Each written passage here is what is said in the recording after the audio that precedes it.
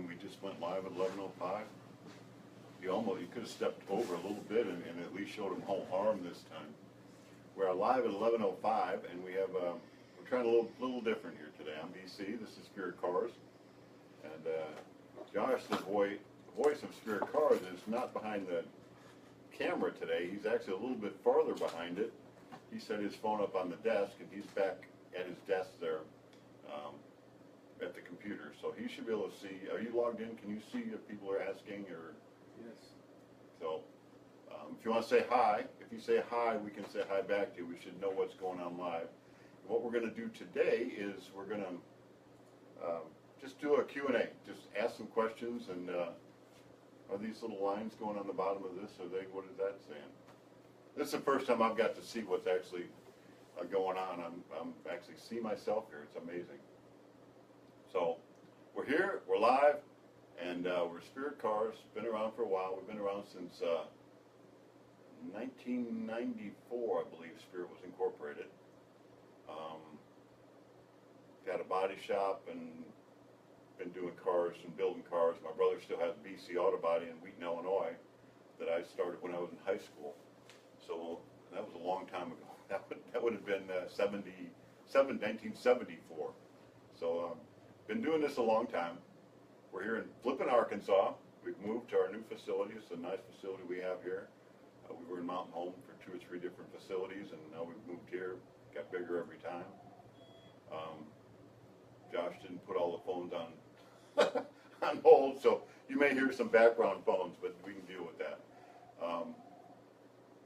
So what do? We build cars. We've been trying to figure out what it is that we do. What do we really focus on? And I think what we do is we build kit cars for you to basically build at home and experience building your own car. We give you the fundamental parts and pieces. We do a lot of other things also, but I think that would be the focus of the company, and especially the focus of this Live at 11:05 program, and what our relationship would be to each other in this program. So what do you have? Any questions? Give me some questions there, Yep. Josh. Do you install noise and sound insulation in the coupe bodies, or is it an option?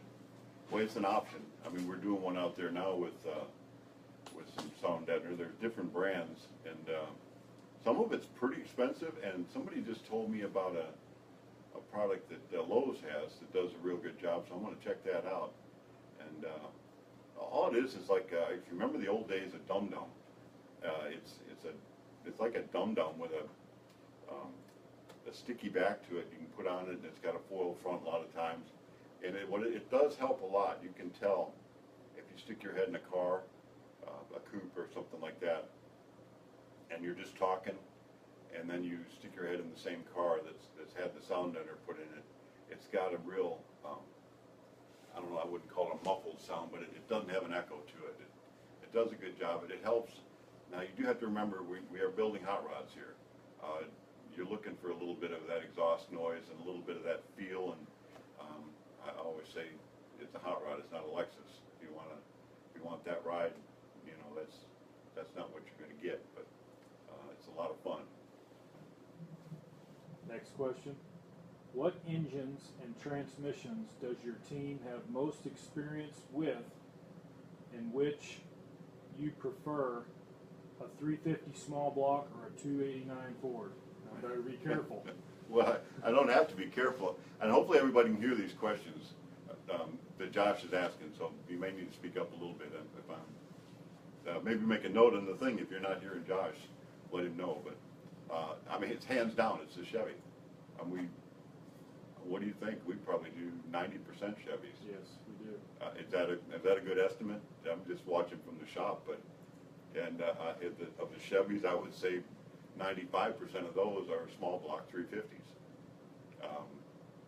You know, and you could get there's a lot of small block Chevys of that pattern that'll fit the same motor mounts.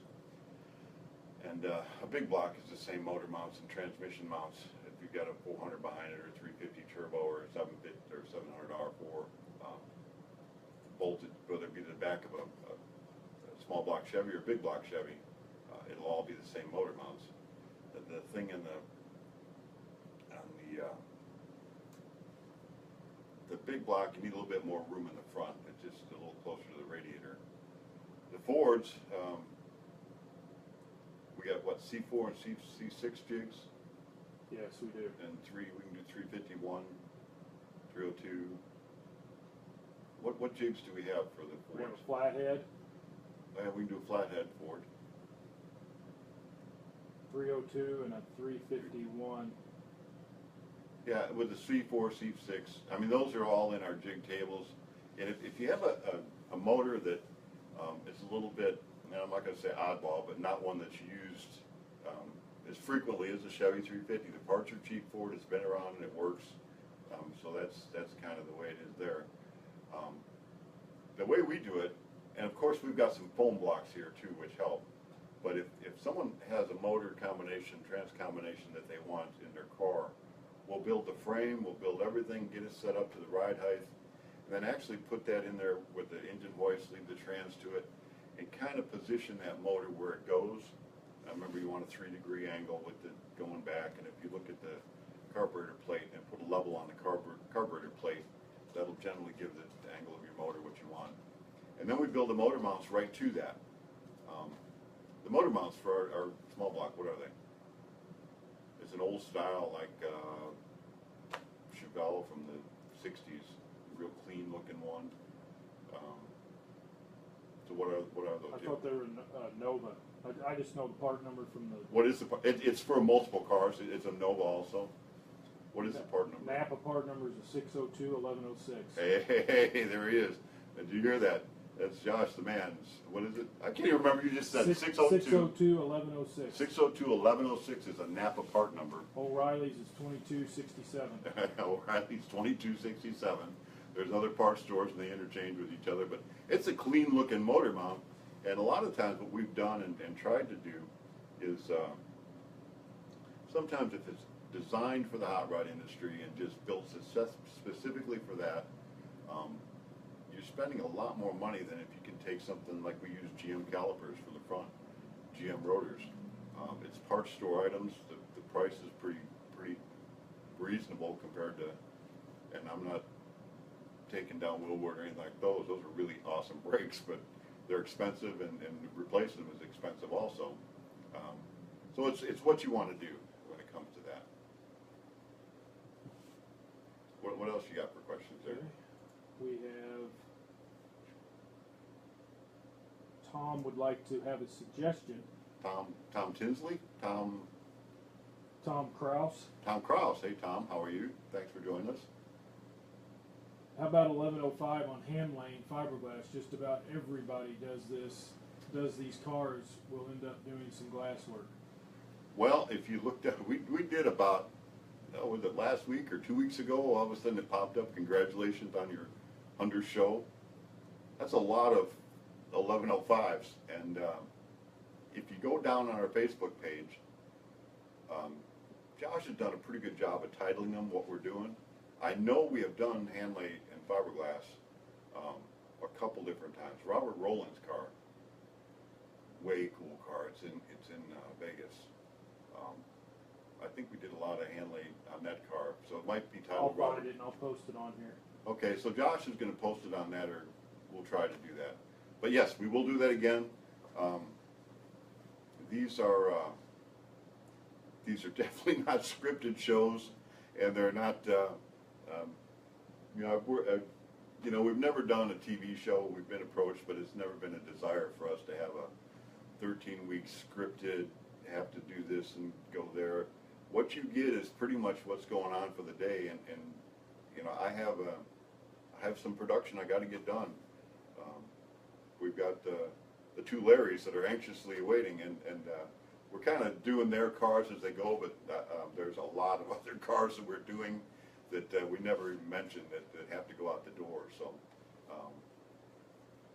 anyway, what was the question again? We will do fiberglass again, and we may do that pretty soon. Mark says good morning.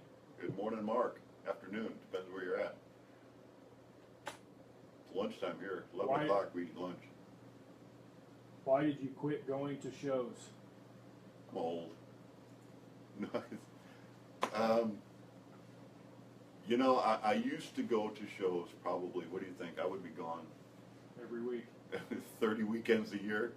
And it would be from Daytona to Detroit to Chicago to Phoenix to, so I mean we went all over and especially if we did the winter series with the World of Wheels guys, awesome guys, and I mean we're coming to a place that Tom and JR they're no longer even with us, the promoters for some of the biggest World of Wheels shows. So anyway, doing those shows, we would do it, we're almost like entertainment. We would do a publicity stunt car build, and I would have to do that 3 times a weekend. So, no, 5 times a weekend. Twice on Friday, twice on Saturday, and once on Sunday. And I really enjoyed it. It's like being in a carnival, and you really get relationships with the people that are all over the place, and the other vendors you get to know, and you're at the next show with them, and we're busy, and it was a lot of stress on getting it done, and the same with the Buckethead Bash and all that kind of stuff. It was a lot of fun and a lot of distraction for what we do. So even on that, we are highly supportive of one show. It's a little show here in Flippin. It's awesome. It's at the end of the year. What is it? It's what is Labor Day? Is that end of the year? Weekend after Labor Day? Yes. Okay, so, and we used to do, for the first couple of years, we did an open house here and a big meal on Friday, and the show was Saturday, and we haven't done that for a while.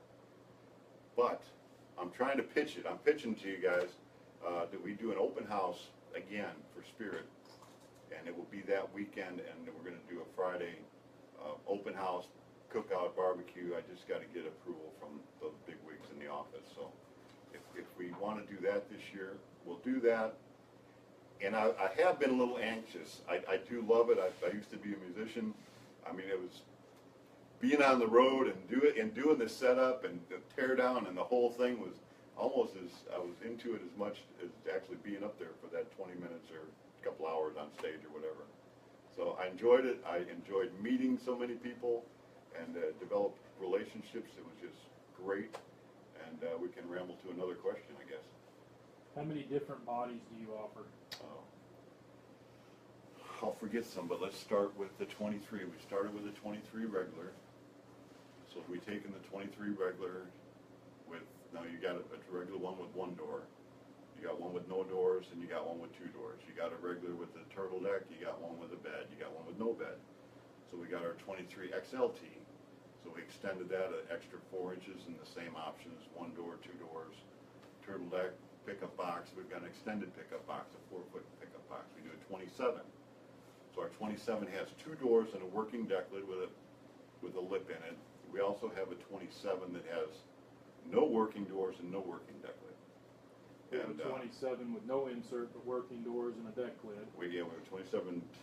So there's multiple ways to do the 27. We've got a 27 back there now that we do a 27 with a flat floor that will fit on top of a chassis will have a fender package that was a modified version of a Model A, running boards and everything. It's pretty cool. We've actually got one in the shop right now. So there's a couple versions of that. So we got the 27, we got the C cab. We got a 23 C cab. And that's probably where we're at on the T's. We went into the A's. We got a 2829 Model A coupe. I'm sorry, yeah. We got a 5-window coupe. And we got 2829 sedan.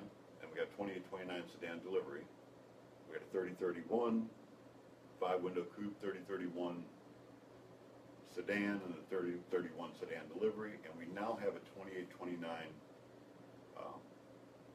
Model A Roadster. We have done especially the 2829, we have made a floor for a 32 rails, and the floor is actually swoopy and it fits right on it. And so you can do the highboy look, and when you order it, it just fits on it, ready to go. Also, the 2829, we've done a thing called the A-Rod, and that's our version of You can put that, it's slammed down, it's channeled 3 inches, and it fits right on top of a 27 chassis. I mean, our stock 27 chassis, you can put a 28, 29 A-rod, we call it, right on there, bolts on. It's a little bit cheaper way to go, but it doesn't make the car look cheaper. It's just a Model 8 chassis and frame. It's just a little more expensive. And we do a 32 3-window. We do a 32 5-window and a 32 Roadster, of course. Everybody does that. And then we have our 33, 34 3-window Ford. Am I missing anything? Then we have different versions of those. So Go-kart. yeah, we have go-karts. We have several. Matter of fact, I'm not gonna. Can you see it in the background? I don't know if you can see my little go-kart there, but I don't know if you can see down. But this is kind of my version of a 32, a little mini go-kart, kind of overkill on the motor. But we got a model here, a T-bucket, mini T. It's pretty cool. And we've been saying for 10 years that we were going to do kits with those. And when you ask why I don't go on the shows, there's just so much going on here. And I may, when the grandbabies get a little bigger and I can take them with, we may do that. We may do the whole circus again. Anything else? Yes. Can I install a big block in one of your kits, and will your frame handle the horsepower? Yes, it will. A lot of times somebody will say, oh, I'm building this car and it's going to be all this huge horsepower.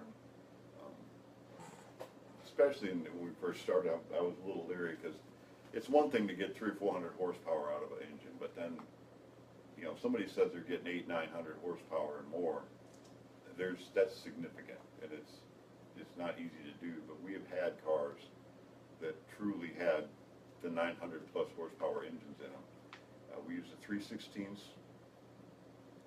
wall on our frame for the T. We're talking about the T, and in my opinion, we've overkilled the frame a little bit. Not so much that it looks bulky and just big, but enough so that you will not twist the frame. If you put enough horsepower to the ground, something will break. That's the way it works. So with the rear ends we use, we generally use a 10-bolt Chevy rear end, which is really strong, and if you go through the whole drivetrain, what's going to break is probably going to be your tires loose from the pavement, and you'll do a big smoky burnout. And that's really, I don't think, in all that we've been doing this since, what I say, 94, I cannot think of one frame twist issue, any kind of issue like that we've ever had. So, yes, you can, they're glorified, especially in the T-bucket. It's nothing but a glorified engine stand. The bigger the better. Go for it. Here's one. Do you offer paperwork with your kits? Oh, okay. And we're ready for this question. I kind of thought we'd get it. And since I can see what I'm doing here, this will be good. I'll give me a little pen pointer. I've got two things here. I've got a Spirit Certificate of Origin, and I'm just going to read a little bit of it on here and then show you. So this is our Spirit Certificate of Origin. You can kind of see that. I'll push that back up there. But what this is went to a customer. His name's already on it. But it has a serial number. It has the year, which is a 2000. This one is a 2016. This is just a copy of one. Make is a Spirit, and it's got the date, an invoice number, not in a series or model. It's a Model T. Then we got the weight is 2,000 pounds. It says body type pickup down here, and I'll actually read this to you real quick. This certificate represents the origin of the above automobile kit components, which include the frame, body, and accessories. The purchaser of this kit assumes full responsibility for the assembly of this kit and for compliance with all relevant federal, state, and local laws. It is further certified that this was the first transfer of such new vehicle in ordinary trade or commerce. So this would be a certificate of origin. Now if you go to the back of it, it can transfer. If you're actually, you got to be a car dealer, you just can't do it. So if you're a car dealer, you can fill it out, put your dealer number and transfer it and sell it to somebody else and go through without having to have new paperwork. So we have this. There's no charge for this. This comes with every one of our kits. All you need, like it said in there, you need to buy the basic kit from us: frame and suspension package and the body. Now, what we have here is an Arkansas title. This is the title you would get from Arkansas if you bought a brand new car in Arkansas. If you came to Arkansas with your car, if you moved here from Illinois and you came down with your car and you transferred your title from an Illinois title to an Arkansas title, this is what you get. Or even if you had an older Arkansas title previous to this one and sold your car and then turned that in to get it transferred to a new name, it would look like this. So this is a current Arkansas title, and we've worked with legislators, and I mean, we've done a lot of work so that we can do this. For us to be able to do this, also, we have to be a new car dealer. So we're a new car dealer in Arkansas and a used car dealer also, so we are that, although we don't mess with used cars or any product other than our own. So what do you have on this one? It says replica right on top twice. Replica, State of Arkansas. The certificate of origin has a serial number on it. We just make that number and put it on there. Now this has a vehicle identification number, a true VIN number. Spirit is a car manufacturer. We have our World Manufacturer Identifier number. The Society of Automotive Engineers contracts with the federal government to keep track of that, and so we went through them, and we've had it for a long time. So it's 1S9, and then the 14th is the first three, and the 14th, 15th, and 16th is our individual identifier number. In there, it's got the year the car was manufactured, and it's a 17-digit VIN number.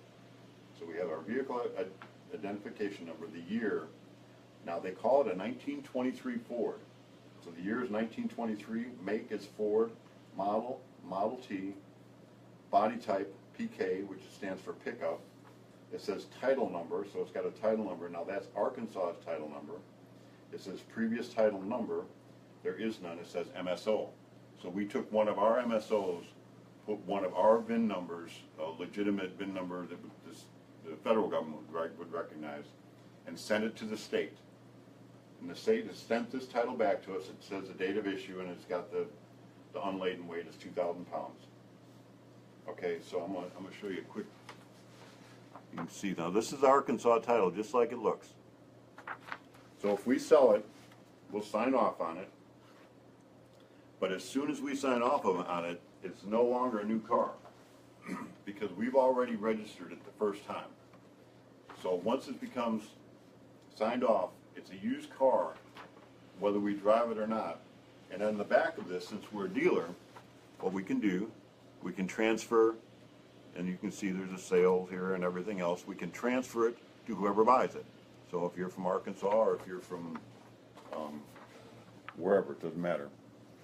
We transfer that title just like we're the used car dealer.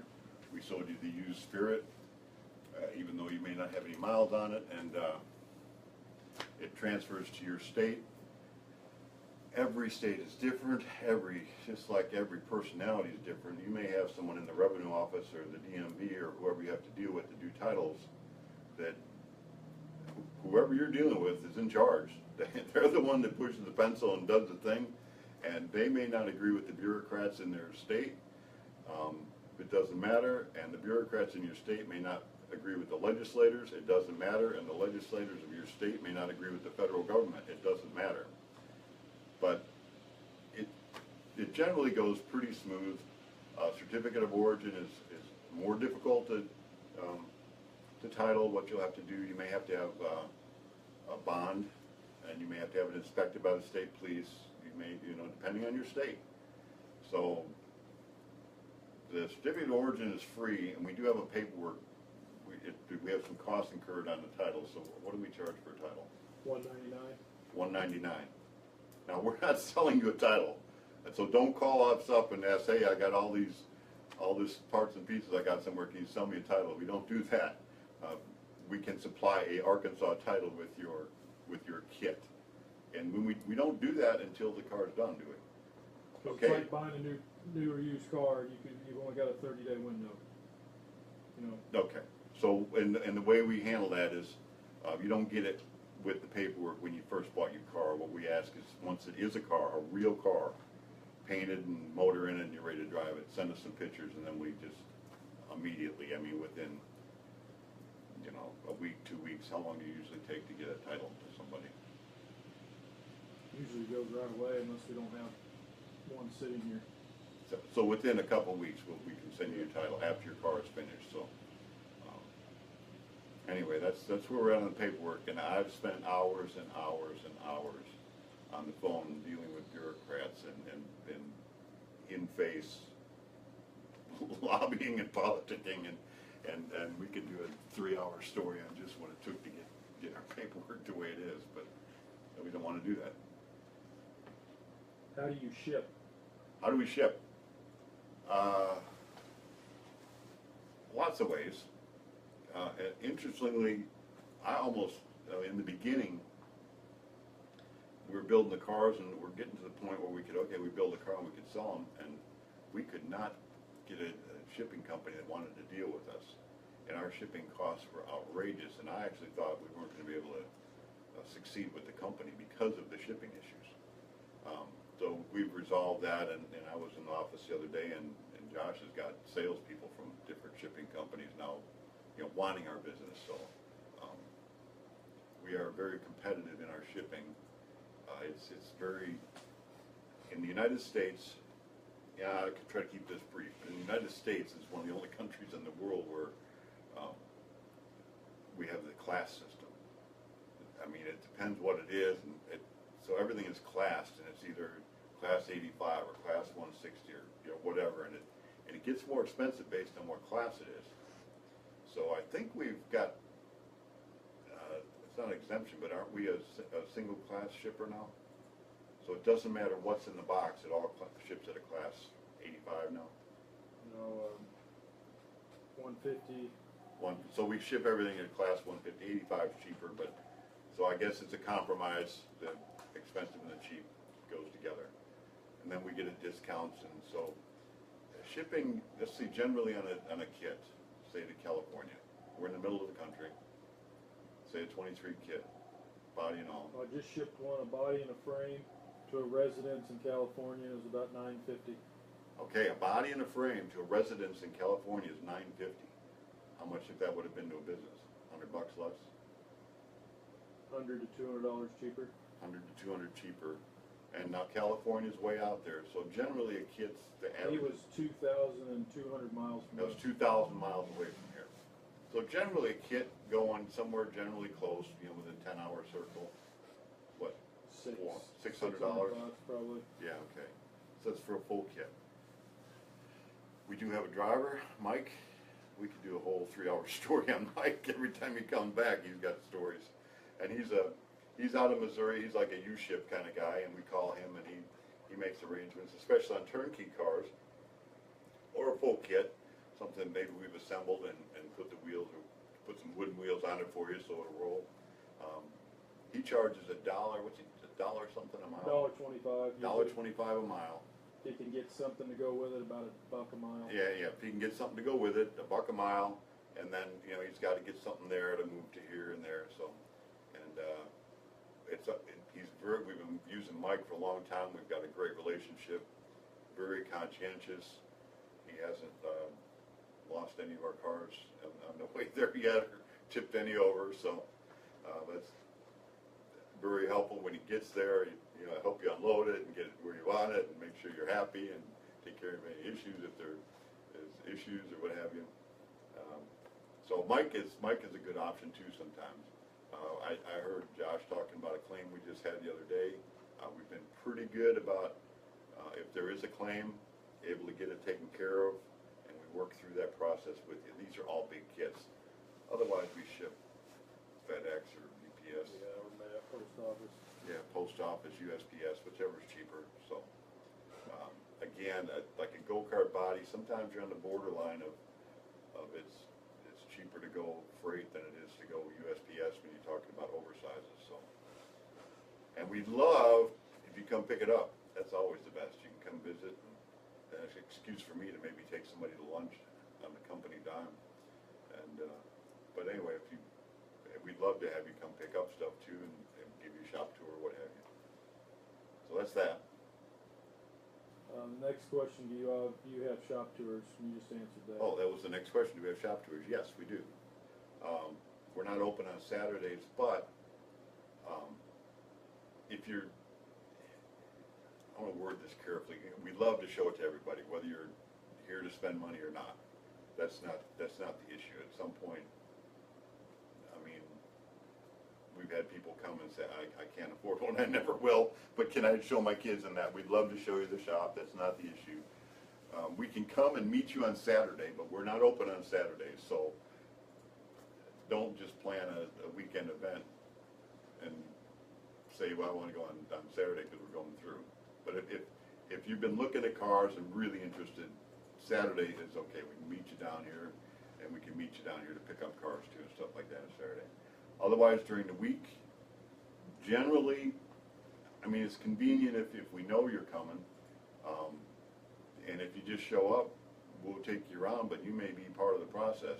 You may be, hey, give us a hand, lift this up over here because we got to move this, and so you'll be dealing with the guys as they're dealing with today, and Josh, same thing. He, if you come in here, he's usually on the phone, and he spends. How much time do you really spend on the phone a day? You think a 30 a day for real with the phone stuck in your ear? Then there's a chat device somehow on the computer where if you go on our website, you can chat with him. I come in here, there's a little ding that makes, I constantly hear the computer ding, ding, ding. And then emails and the Facebook stuff, he answers those. So he's pretty constantly in the office. We're lucky to even see him in the shop a couple times a day, and one of those is live at 11:05. So come on down, we'd love to see you. And the show and flipping. I'm really pushing, we do an open house, and we'll have a date for that and promo it, and maybe get back to maybe the days of doing, we're not going to call it the Buckethead Bash again, but just have a time where we can have an open house with our friends and family. Here's one you'll like. I have an S10 frame. Can I install one of your bodies on my frame? An S10 frame and a Spirit body, no. I mean, you can do anything you want to make it work, but look at the big picture of what you're doing. You may not want to keep your car indefinitely. So you want your car to have the most value that it can. If you build a nice T-Bucket, I mean, we have built turnkey cars for customers that they have had for 2, 3, 4 years and actually sold for more money than they paid for it. And the same, if you build a nice car out of your shop at home, and there's some great cars being built all over the country out of garages, so don't be intimidated because you don't have a big shop. When that car is done, a quality car is a quality car, and it demands a much better price. Where if a car has just kind of been put together and it looks like it's just been kind of hacked together, it doesn't have a lot of value, and really you have to try to sell it. Where a nice car, you don't have to try to sell. Everybody wants it. You just need to find the person with the money that can buy it. So, can it be done? I suppose what I would highly, highly, highly recommend against doing it. Possibly, if you wanted to put a full-body Model A or something on it, you could work around that. But be prepared to do a lot of chassis changes, cutting and whacking and doing it.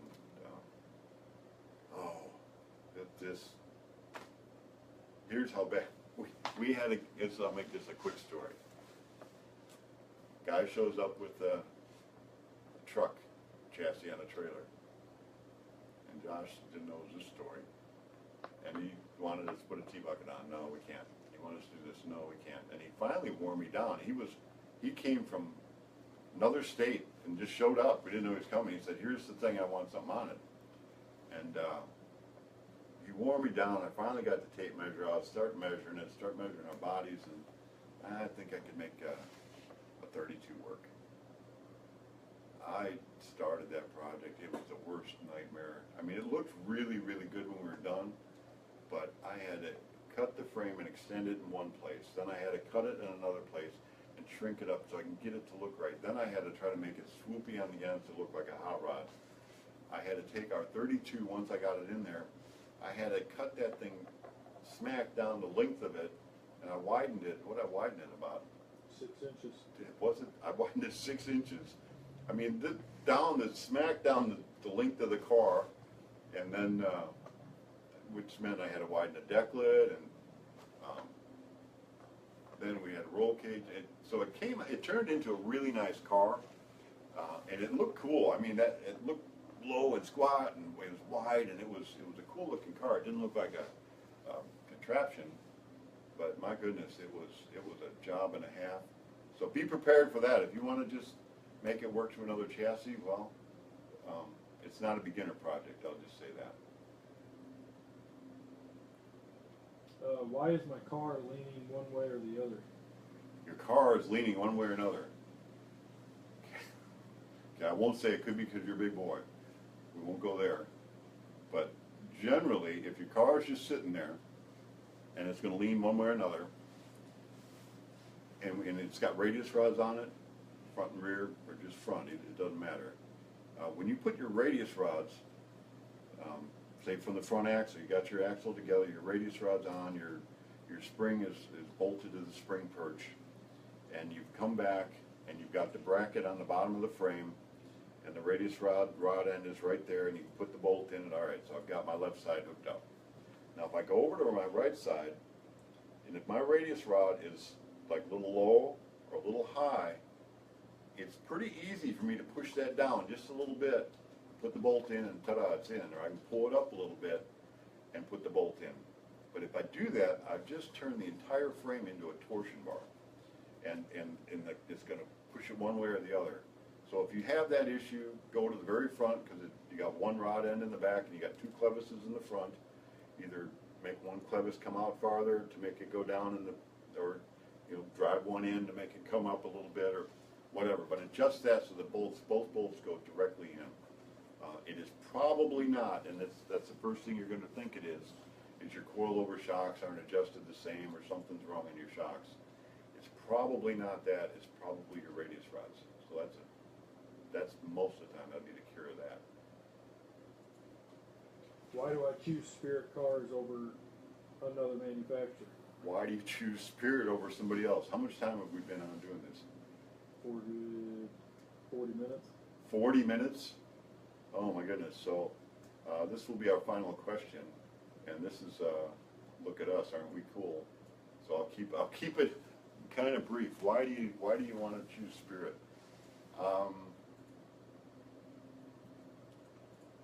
We really try to have customer relationships that are positive and long term, and nothing ever goes perfect.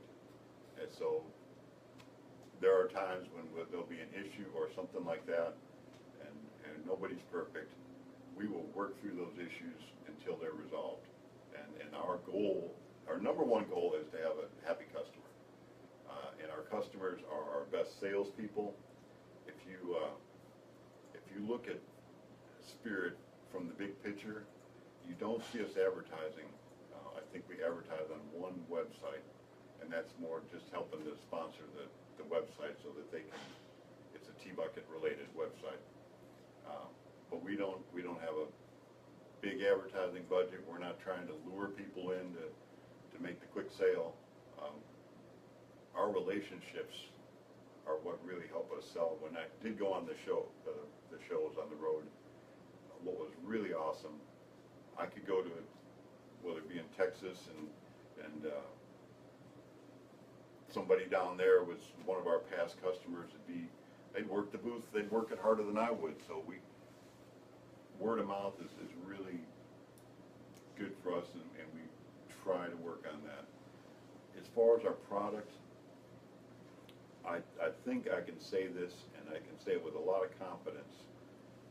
We have the most thoroughly engineered and complete kit on the market. We don't just build the parts and pieces. There's some of our competitors do that. They build the parts and pieces and build very few turnkeys. The turnkey part of what we do is really not the focus of our business. It really helps us engineer. So if we've got a couple pieces and there's a problem with it, we see that because we're trying to put it together. And then when we solve that problem, we move it back, right back into manufacturing, solve the issue before it even gets back to the build side again. And then next time, you know, the bolt goes right where it does, or whatever the issue might be. The hinge fits better, or you know, whatever design changes there.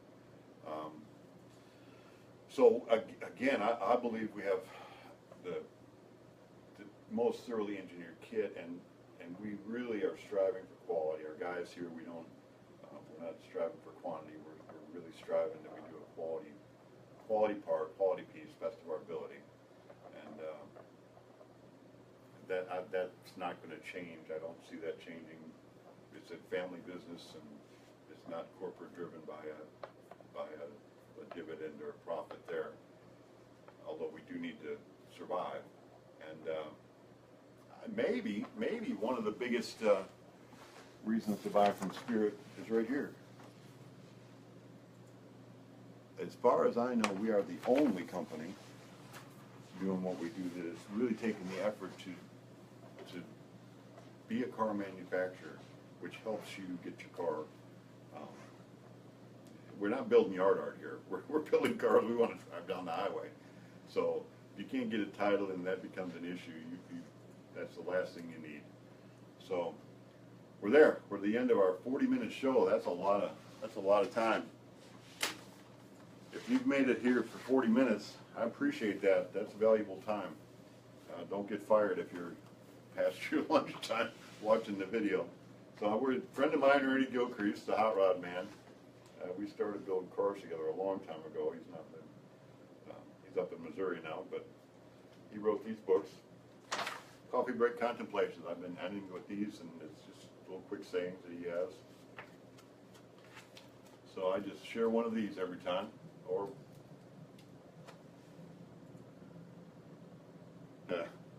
and that's it. They're always perfect. They're always good.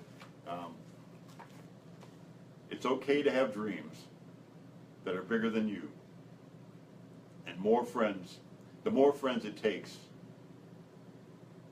the more friends it makes. And that's true. Who would have thought? Yeah, I actually thought about this morning as I was finishing one. I get to go road test one. We don't like to give them to our customers as a virgin. We got to get them out there and work them out a bit. So as soon as we're done here, I'm probably going to go road test one. I'm looking at that, and I'm looking at everything. I'm putting the final touches. I was like, my goodness, if I'd have thought how complicated these are when we first started with nothing, I would have never done it. But dream big, and the more friends it takes, for real, the more friends you make. And I am so thankful that I have friends all over the country. I might not see you through the screen. You can see me, but I appreciate your comments, and Raphael, I appreciate your comments for sure. Anyway, we'll talk to you all tomorrow. Bye.